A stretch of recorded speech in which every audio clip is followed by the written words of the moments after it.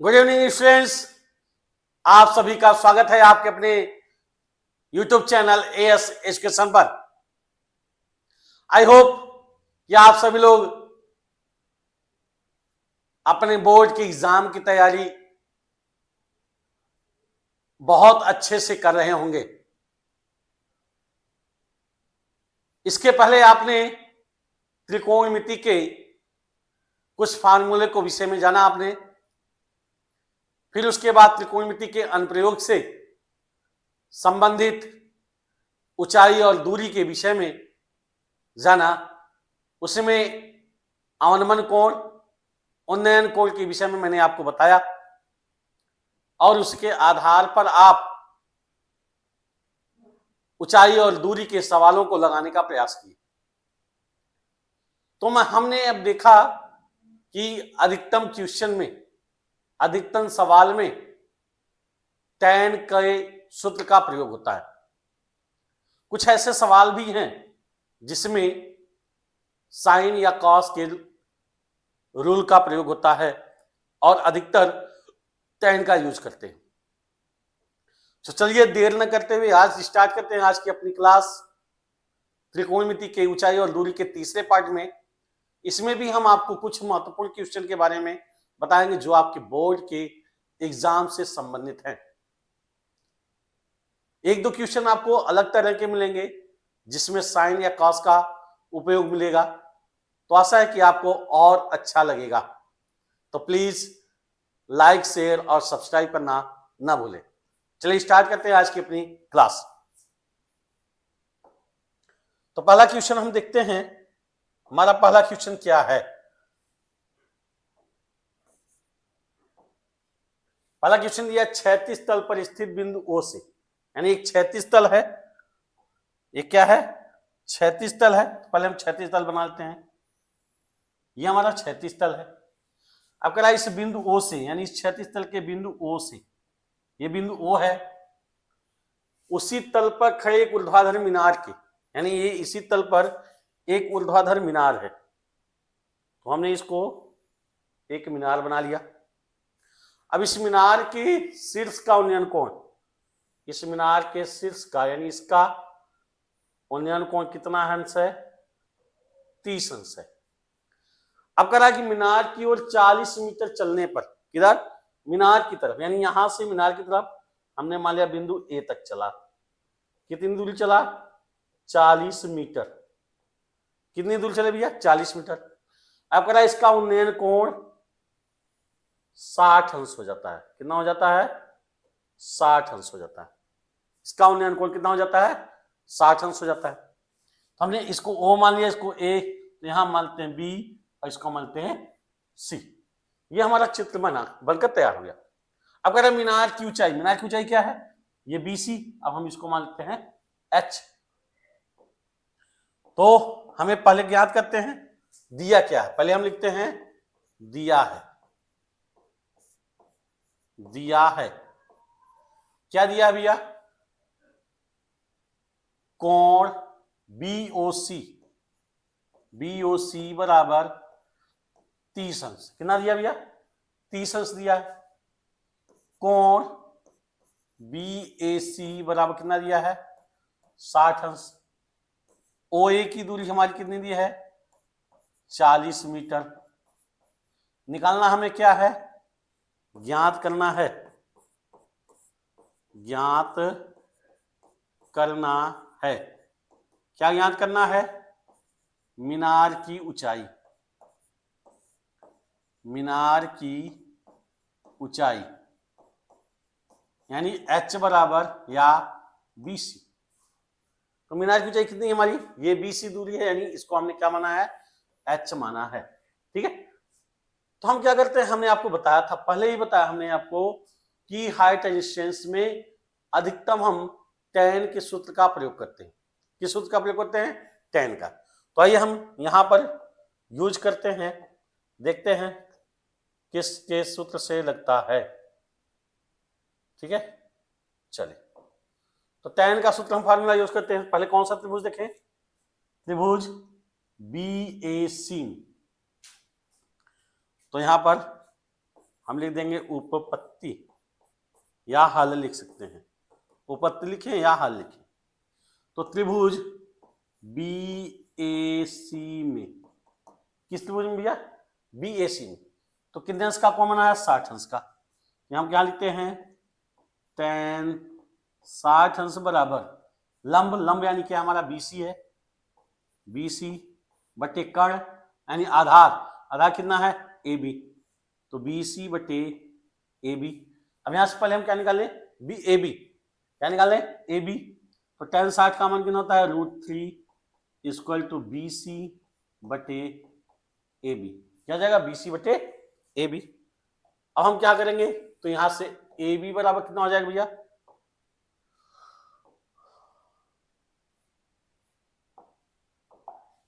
यहां से क्या हो जाएगा?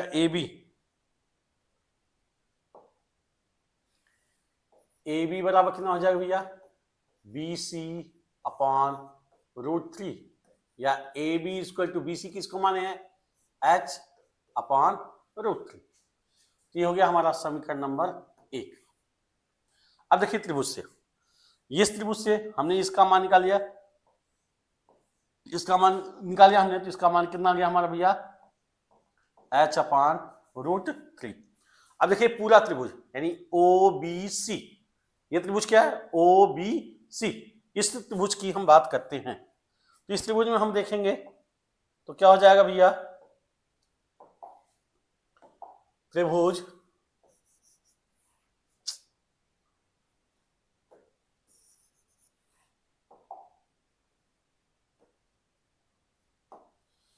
त्रिभुज किसमें?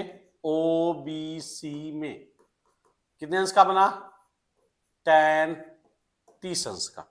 यहां देखिए tan 30 अंश का, इसका कौन बना? तो क्या हो जाएगा? BC बटे OB। क्या हो जाएगा भैया? BC बटे OB कितना हो जाएगा? BC बटे OB। और tan 30 अंश का मान कितना होता है? 1 अपॉन √3 बराबर BC कितना हमारा? H OB। अब यहां से देखिए OB क्या है? ये OA दूरी है और AB दूरी है। क्या लिख देंगे? OA plus AB। क्या लिख देंगे? OA plus AB। OA plus AB। तो 1 upon √3 equal to H upon OA का मान कितना है? 40 मीटर। अब प्लस AB का मान हमने क्या निकाला? H upon √3। अब क्या करेंगे? हम तिर्यक गुणा कर लेंगे। तो तिर्यक गुणा कर ले, कितना आ जाएगा भैया? यानी इसका गुणा इसमें कर देंगे, हो जाएगा हमारा 40 plus H upon √3 equal to, अब √3 का H में कर देंगे, क्या हो जाएगा? √3H। इसको पक्षांतर कर लेंगे तो 40 बराबर √3H, इसको पक्षांतर करेंगे तो -H अपॉन √3 या 40 इक्वल टू इसके बटा 1 कर देंगे तो इसका होगा इसमें कर लेंगे, यानी 3 आ जाएगा, 3H माइनस H अपॉन √3। तो तिर्यक गुणा कर देंगे, फिर हो जाएगा हमारा 40 √3 इक्वल टू, यहाँ 3H में से H माइनस करेंगे कितना आ जाएगा बेटा? 2H आ जाएगा। कितना आ जाएगा? 2H। अब जब 2H आ जाएगा तो यहां से हम निकाल लेंगे, क्या निकालेंगे? यहां से निकालेंगे H। तो H बराबर हो जाएगा 40 √3 अपॉन 2। 40 √3/2, 2 से कैंसिल कर लेंगे तो H बराबर जाएगा 20 √3। कितना आ जाएगा? 20 √3। ये हमारा आंसर हो जाएगा। ये हमारा क्या हो जाएगा? आंसर हो जाएगा, यानी H का मान 20 √3 आ जाएगा। ठीक है, अच्छा आपको अच्छे से समझ में आ गया होगा। चलिए अगला क्वेश्चन देखते हैं। एक और क्वेश्चन हम देखते हैं, प्रयास करते हैं लगाने का। कह रहा है एक वृक्ष का ऊपरी सिरा, ये देखिए ये क्वेश्चन ऐसा है कि हम इसमें साइन या कास का प्रयोग कर सकते हैं। किसका प्रयोग कर सकते हैं? साइन या कास का। अब हम चित्र के आधार पर देखेंगे कि साइन का यूज होगा कि कास का यूज होगा। ठीक है, पहले हम चित्र बनाने का प्रयास करते हैं और जब चित्र बन जाएगा तो हम उसके आधार पर सवाल को सॉल्व कर सकते हैं। चल क्या दिया भैया? एक वृक्ष का ऊपरी शीर्ष हवा से टूटकर, एक वृक्ष है उसका ऊपरी शीर्ष, एक वृक्ष जिसका ऊपरी शीर्ष टूटकर भूमि से जा लगा, भूमि से 30 अंश के कोण का बनता है। तो एक वृक्ष मान लिया हमने, ये हमने बना लिया वृक्ष, ठीक है। और इस वृक्ष का ऊपरी शीर्ष ये टूट करके मान लिया यहाँ से टूट गया और ये टूट करके नीचे गिर जाता है। कितने अंश का कोण आता है? 30 अंश का। कितने अंश का कोण आता है? 30 अंश का कोण आता है। वृक्ष की जड़ से उस बिंदु की दूरी 5 मीटर है, यानी इसकी जड़ से इस बिंदु की दूरी कितनी दिया है भैया? 5 मीटर। कितना दिया है? 5 मीटर है, जहां शीर्ष भूमि को स्पर्श करता है। वृक्ष की ऊंचाई पूछ रहा है। हमने मान लिया इसको ए, इसको मान लिया बी। अब वृक्ष की ऊंचाई पूछ रहा है। क्या पूछ रहा है भैया? वृक्ष की ऊंचाई पूछ रहा है, यानी ऊंचाई कितनी है? यहां तक है, तो ए बी सी, इसको मान लिया डी, यानी ये ऊंचाई पूछ रहा है। ये वृक्ष की ऊंचाई पूछ रहा है, यानी बी से डी तक की दूरी, बी से डी तक। क्योंकि ये जो भाग है, ये जो हमारा वृक्ष है, आधे पर से कट करके ये नीचे आ गया। अब ये नीचे झुका है तो ये कोण बना दे रहा है। तो हम क्या करेंगे? पहले इसको निकालेंगे और फिर इसको निकालेंगे। इन दोनों कोणों का, इन दोनों का मान हम निकालेंगे और जोड़ देंगे, तो वही हमारा क्या हो जाएगा? वृक्ष की ऊंचाई हो जाएगी। ठीक है, चले हम समझते हैं कैसे होता है। बिंदु की दूरी कितनी है? 5 मीटर है, तो वृक्ष की ऊंचाई ज्ञात कीजिए। चले अब मानते हैं, माना क्या है? माना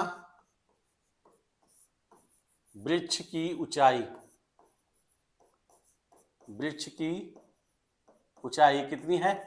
h बराबर कितनी है भैया? b से d तक, यानी BD है। क्या है? BD है। क्या है? BD है। ठीक है, चलिए अब देखिए त्रिभुज बना है हमारा। त्रिभुज बना है, क्या बना है? त्रिभुज बना है। तो इसमें दिया है AB बराबर दिया हमारा 5 मीटर। कितना दिया है? AB बराबर 5 मीटर। तो हम पहले tan 30 अंश से निकालते हैं। tan यानी त्रिभुज में, किस त्रिभुज में भैया?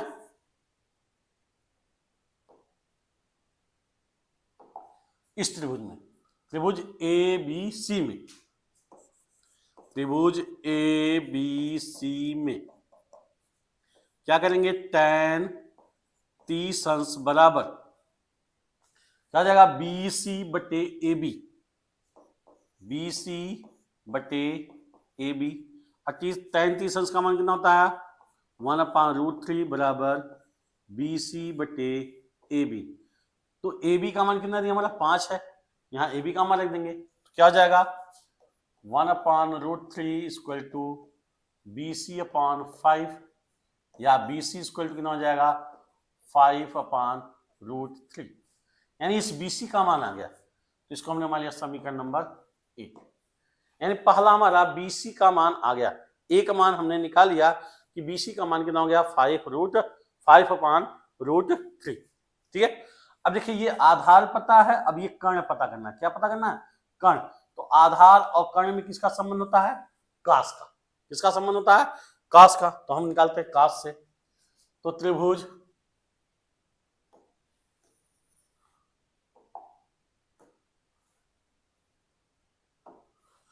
किस त्रिभुज में? ABC में। त्रिभुज ABC में किससे भैया? किससे निकालेंगे? कॉस से। किससे निकालेंगे? कॉस से। हो जाएगा कॉस 30 अंश बराबर क्या होता है? आधार बटे कर्ण, यानी आधार कितना है? AB बटे कर्ण हमारा कितना है? कर्ण क्या है? AC है। क्या है? कर्ण क्या है? AC। तो AB बटे AC। अब यहां से हमें निकालना है AC, तो AC बराबर क्या हो जाए भैया? AB/cos 30 अंश। तो AC बराबर कितना हो जाएगा? AB का मान कितना है? 5, और cos 30 अंश, cos 30 अंश का मान कितना होता है? √3/2, यानी 2 ऊपर चला जाएगा, √3 नीचे चला जाएगा। यहां से हम क्या निकालेंगे? AC बराबर 5 गुना 10, यानी 10 बटे कर्ण में 3। अब देखिए हमारा क्या हो गया भैया? इसका मान आ गया 10 बटे करनी में 3 और इसका मान कितना गया 5 बटे करनी में 3। अब इन दोनों को जोड़ देंगे, इन दोनों को क्या करेंगे जोड़ देंगे, तो किसकी ऊंचाई आ जाएगी हमारी वृक्ष की ऊंचाई। तो वृक्ष की ऊंचाई, वृक्ष की ऊंचाई, वृक्ष की ऊंचाई कितनी होगी, क्या होगा ए बी सॉरी क्या हो जाएगा भैया ए सी प्लस बी सी, यानी ए सी का माना है 10 बटे करनी में 3 प्लस बी सी का माना है 5 बटे करनी में 3। तो जोड़ देंगे 10 5 15 बटे करनी में 3, या करनी में 3 से ऊपर नीचे गुणा कर देंगे, परमीकरण जिसको कहते हैं, क्या कहते हैं परमीकरण। तो क्या हो जाएगा हमारा 15 करनी में 3 बटे 3, 3 से कैंसिल कर देंगे तो आ जाएगा 5 करनी में 3, यानी h का मान आ जाएगा हमारा 5 करनी में 3। कितना आ जाएगा भैया 5 करनी में 3 मीटर आ जाएगा, 5 करनी में 3 मीटर आ जाएगा। अब इसको हम दशमलव निकालना चाहें तो 5 गुणे करनी में 3 का मान कितना था 1.732, हल कर लेंगे तो 5 10 5 से 15 16 5 7 35 36 और 5 कम 5 3 8, यानी हो जाएगा 8.66 मीटर। कितना जाएगा भैया 8.66 मीटर हो जाएगा, यानी जो वृक्ष की ऊंचाई थी जो आधे पर से टूट के नीचे गिर गया था, बीच में से टूट करके नीचे गिर गया था, उस वृक्ष की टोटल ऊंचाई कितनी है 8.66 मीटर है। ठीक है, आई होप कि आपको बहुत अच्छे से समझ में आ गया होगा। चलिए एक और क्वेश्चन की बात करते हैं हम। ये भी क्वेश्चन हमारा बहुत ही अच्छा है, बहुत ही शानदार क्वेश्चन है, तो इसको हम समझने का प्रयास करेंगे। पहले हम चित्र बनाने का प्रयास करते हैं, क्योंकि हाइट एंड स्टैंड में जब तक हम चित्र नहीं बना लेते हैं, जब तक हमारा चित्र नहीं बन पाएगा तो हम उस सवाल को सॉल्व नहीं कर सकते। ठीक है, तो हम पहले चित्र को बनाने का प्रयास करते हैं, तो सवाल में जैसा देता है उसी के अनुरूप हम चित्र बनाने का प्रयास करते हैं। तो आइए देखते हैं सवाल क्या है हमारा। कह रहा है दो मीनारों के बीच की दूरी 140 मीटर है, दो मीनार हैं, दो मीनार हैं, अभी हमने खींच दिया चित्र, एक मीनार मान लिया यहां है और एक मीनार मान लिया यहां है। अब इनके बीच की दूरी कितनी है 140 मीटर है। कितनी दिया भैया 140 मीटर है। कह रहा दूसरी मीनार के शीर्ष से देखने पर, जो दूसरी मीनार है ये दूसरी वाली मीनार, अब हम बनाते हैं दूसरी मीनार। दूसरी मीनार बना लिया हमने, ये दूसरी मीनार है। अब कह रहा दूसरी मीनार के शीर्ष से देखने पर, इसके शीर्ष से यानी यहां से देखने पर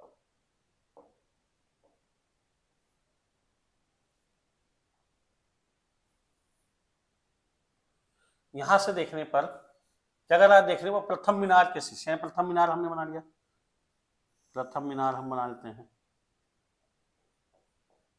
ये हमारा क्या प्रथम मीनार।